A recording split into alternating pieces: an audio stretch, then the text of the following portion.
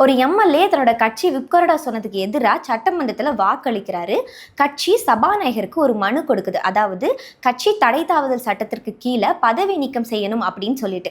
அதுக்கு அந்த எம்எல்ஏ அந்த அடுத்த நாள் ஒரு ரிசைன் பண்றாரு. அதாவது நான் வந்து என்னோட பதவி விலக்கம் செய்கிறேன் அப்படின்னு சொல்லிட்டு ரிசைன் பண்றாரு. இங்க ஒரு முக்கியமான கேள்வி எழுது. பதவி விலகிட்டா கட்சி தாவிய செயல் வந்து அழிந்து விடுமா? ஏன்னா மக்கள் வந்து தங்களோட ஜனநாயக கடமையை ஆட்சி தான் அவரை வந்து வெற்றி பெற செஞ்சிருக்காங்க.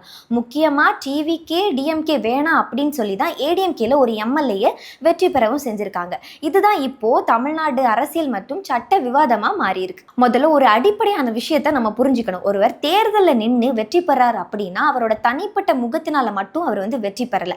அவரு அந்த கட்சியின் சின்னத்தோட தான் வெற்றி பெறாரு. அந்த கட்சியின் கொள்கை என்ன, அந்த கட்சி எந்த கூட்டணியில இருக்கு, அந்த கட்சி அரசியல் வாக்குறுதி என்ன, இப்படி அத்தனை நம்பி தான் மக்கள் வந்து வாக்களிக்கிறாங்க. தமிழ்நாட்டில் என்ன நடக்குது? சில சட்டமன்ற உறுப்பினர்கள் தங்களோட கட்சியின் உத்தரவுக்கு எதிராக சட்டமன்றத்தில் வாக்களிக்கிறாங்க.